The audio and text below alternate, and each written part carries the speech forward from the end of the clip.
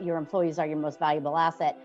But as a leader, it's your responsibility to nurture their desire to grow and develop their skill sets. And if an employee believes that you have a vested interest in their future, they'll be more open with you, they'll work harder, they'll ask for challenges. You're listening to the Employee Safety Podcast from Alert Media, a podcast for professionals responsible for the safety and well-being of their employees. Each episode features an interview with a leader in employee safety to discuss how to protect your employees from a wide array of threats, from severe weather to a global pandemic. Let's get into the show. Hello, and welcome to the Employee Safety Podcast, where we discuss insights and ideas for how to protect your most valuable asset, your people. I'm your host, Peter Steinfeld, and I'm joined today by Donna Kelly. Donna is the head of facilities at Rakuten Americas. Hey, Donna, thanks so much for joining me. How are you today?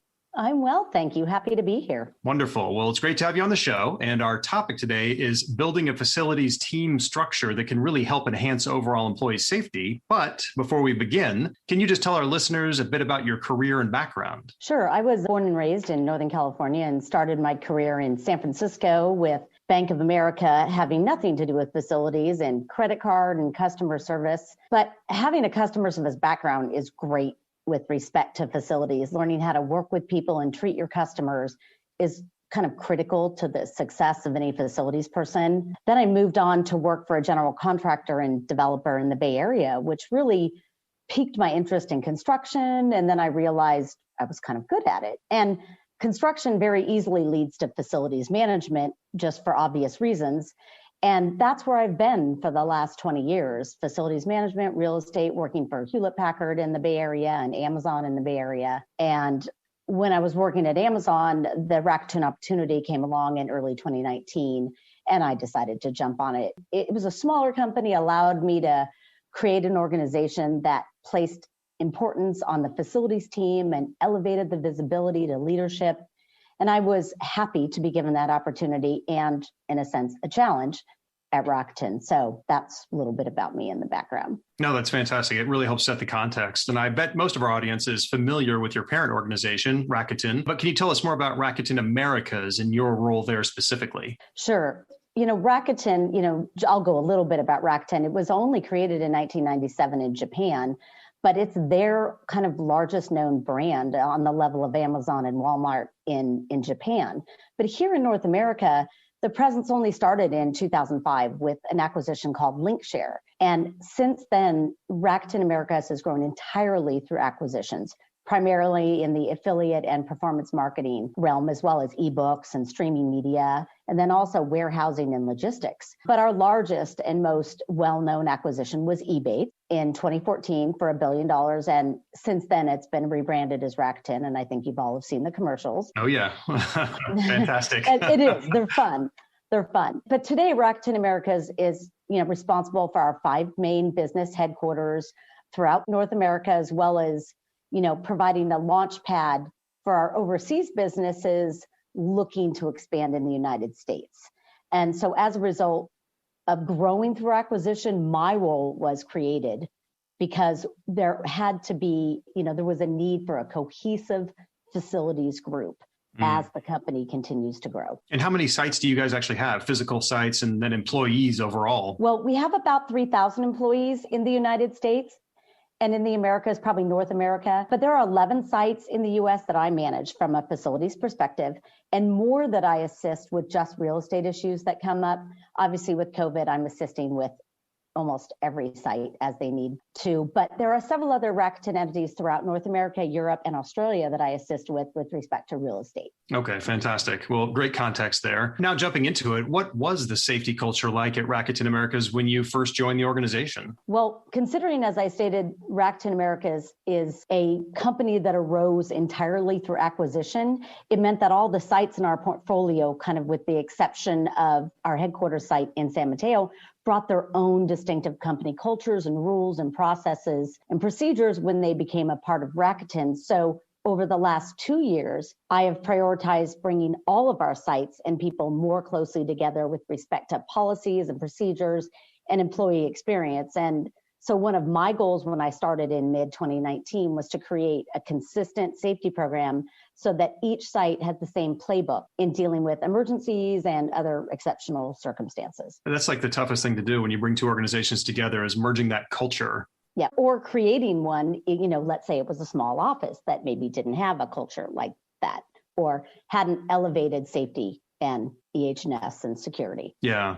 Well, why was it important for you to distinguish facilities from the other departments or teams? Sounds like that's a big thing that you think of when you think about improving safety culture at an organization. Right. And elevating facilities in general is really important to me. I mean, in the past, and in a lot of companies, facility structure is very simple. You have a director of facilities, and then everybody else reports to that person. When I started, I saw an opportunity to create an America-wide structure with respect to facilities, with respect to people's job levels and titles and job descriptions. And as I mentioned earlier, there were many acquisitions that created Rakuten Americas. So it was important to me to make the facilities team more visible to the employees and not just someone who's the office manager or who gets the lunch or who makes sure the coffee vendor comes in once a week. Right. I wanted the site FMs to take a more active role in implementing safety and the employee experience and ERP programs. Did you find that you needed support from the top down to make that a reality, to make it more effective, or were you able to muscle your way up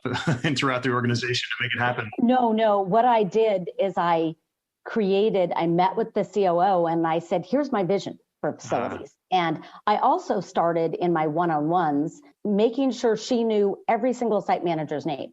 This person is, Jessica, and Jessica sits here and this is what she does and here are her strengths. Individual career development was something I created first. Within my first year, I wrote a whole one-page sheet on every employee and introduced that summary to my COO as a start so that she knew who was managing each site. That's fantastic. Did you have like a mandate when you came in to do that? Or did you do it by sheer force of personality or just? No, hey. I just did it on my own because we all know that a lot of people don't think of facilities pre-COVID as really important other than whatever the office manager did.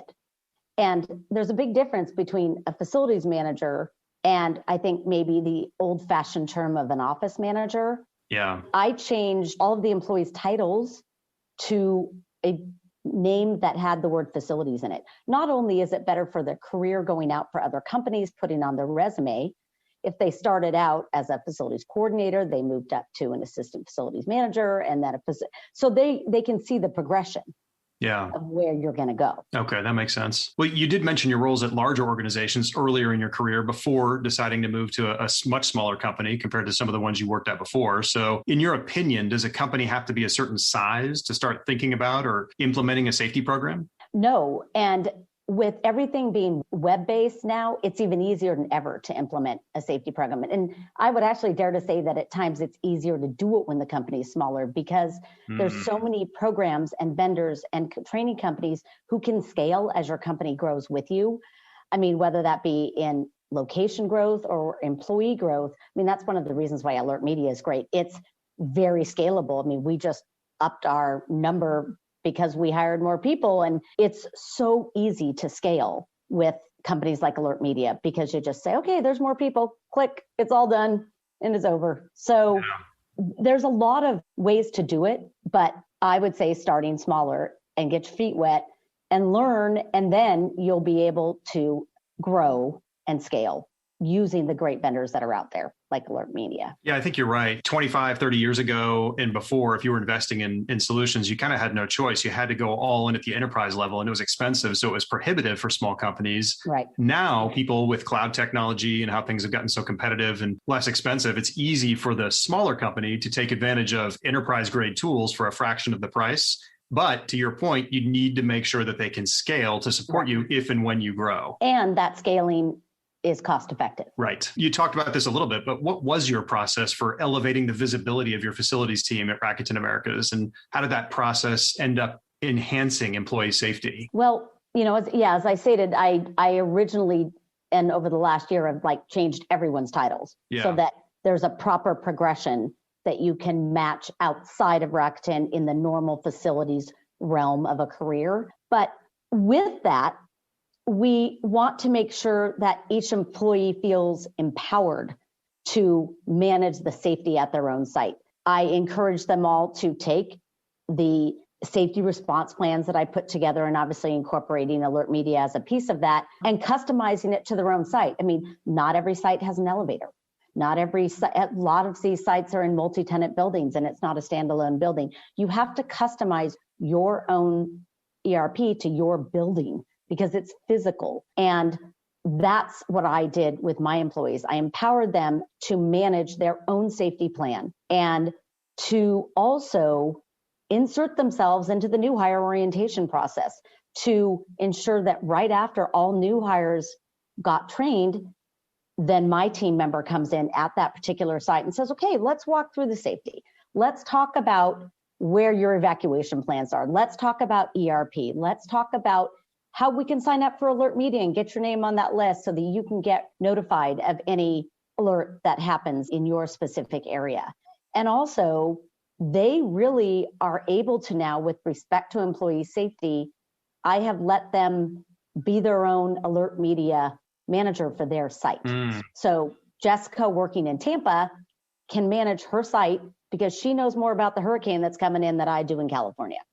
Yep. So she can send out their own messages. So number one, it's empowerment and control over their own site. And yet, once again, making them feel like they are managing their site like a true facilities professional. Yeah, when you're dealing with facilities spread over a wide geography, it makes total sense because otherwise people are like, this makes no sense here. We're walking around in shorts and flip-flops and we know what hurricanes are like, but we don't know what snow is like, and vice versa for the people in the cold places. Well, it's the same thing. I mean, my FM in Boston, she sends out snow alerts all the time. Right.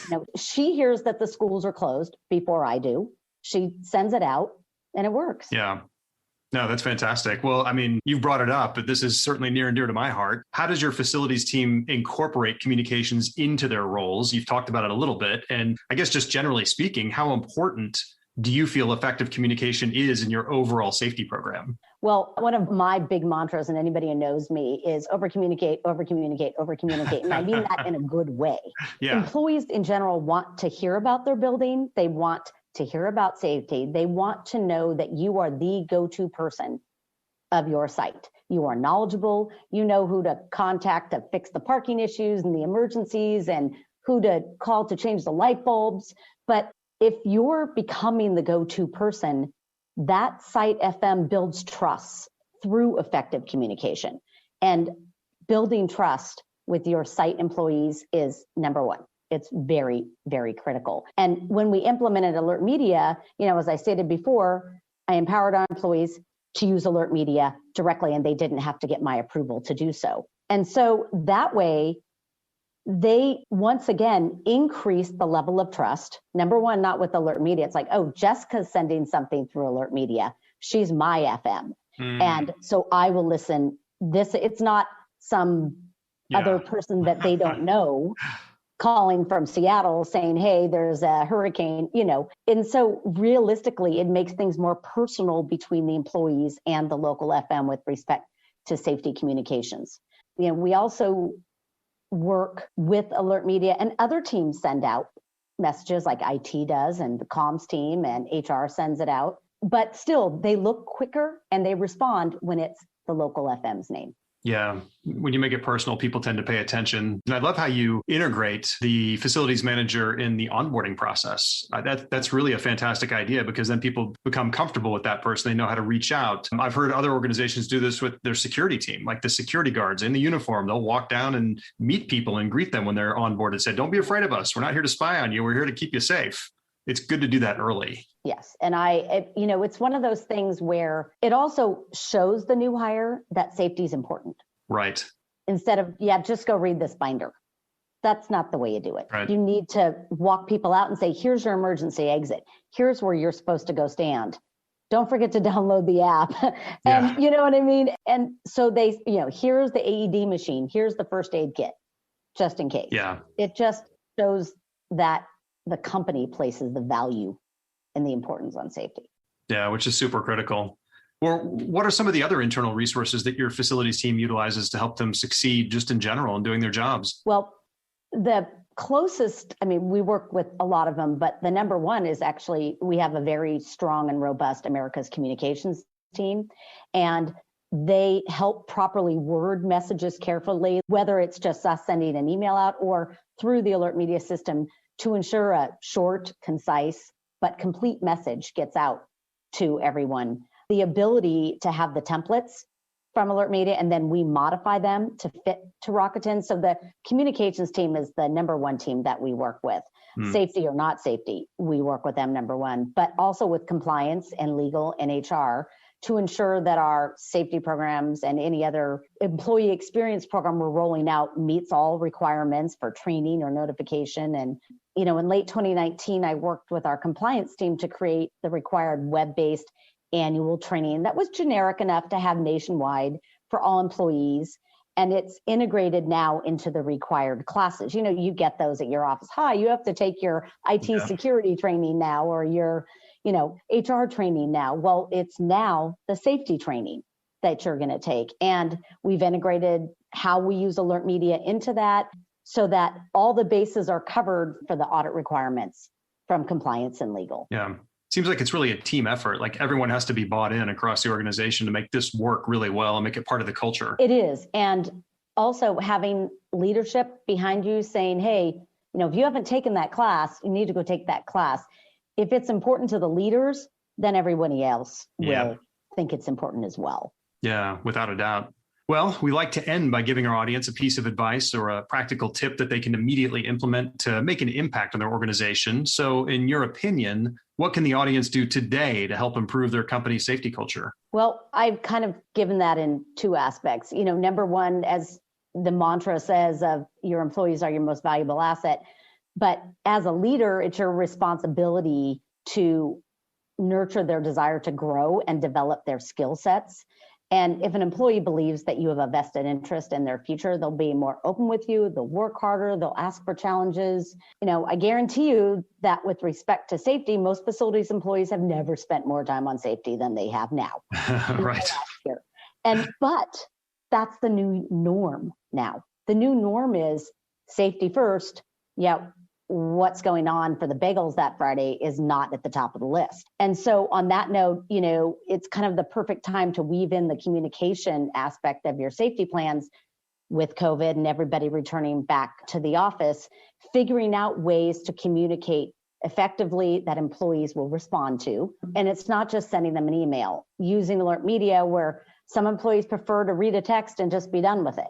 Or how can we incorporate an easy to use communication system with respect to safety for other things as well? I mean, I'm encouraging to use Alert Media for IT announcements or HR, because some people really don't read all the emails they get from every department, but they will read a text. Right. Shortened. Got to meet people where they are. Exactly. That's exactly it. All right. Well, fantastic. That's great advice. Thank you for being on the show today. I really appreciate it. And if anyone listening has follow-up questions or just wants to connect with you, what's the best way for them to find you out there? Well, I'm on LinkedIn, Donna Kelly, and my email is donna.kelly@rakuten.com. Okay, wonderful. Well, thanks again for taking time to join us on the Employee Safety Podcast. And for the rest of you out there, remember, nothing ever goes 100% according to plan in an emergency. So communication is incredibly important. If you can't communicate, you can't recover. Until next time. Alert Media is changing the way your leaders and response teams connect and communicate effectively when seconds matter. We provide our customers with a comprehensive solution for monitoring threats around the world and deploying fast, effective emergency communication. You need a panic-proof solution for high-stakes moments. In just a few clicks, your team can send a multi-channel notification to an impacted group of people and confirm their safety immediately. When employee safety is at stake, don't just communicate. Connect and confirm with a robust emergency communication solution. Visit alertmedia.com for more information.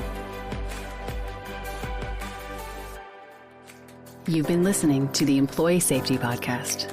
To ensure that you never miss an episode, subscribe to the show in your favorite podcast player. If you're listening in Apple Podcasts, we'd love for you to give a quick rating of the show. Just tap the number of stars you think the podcast deserves. Thank you so much for listening. Until next time.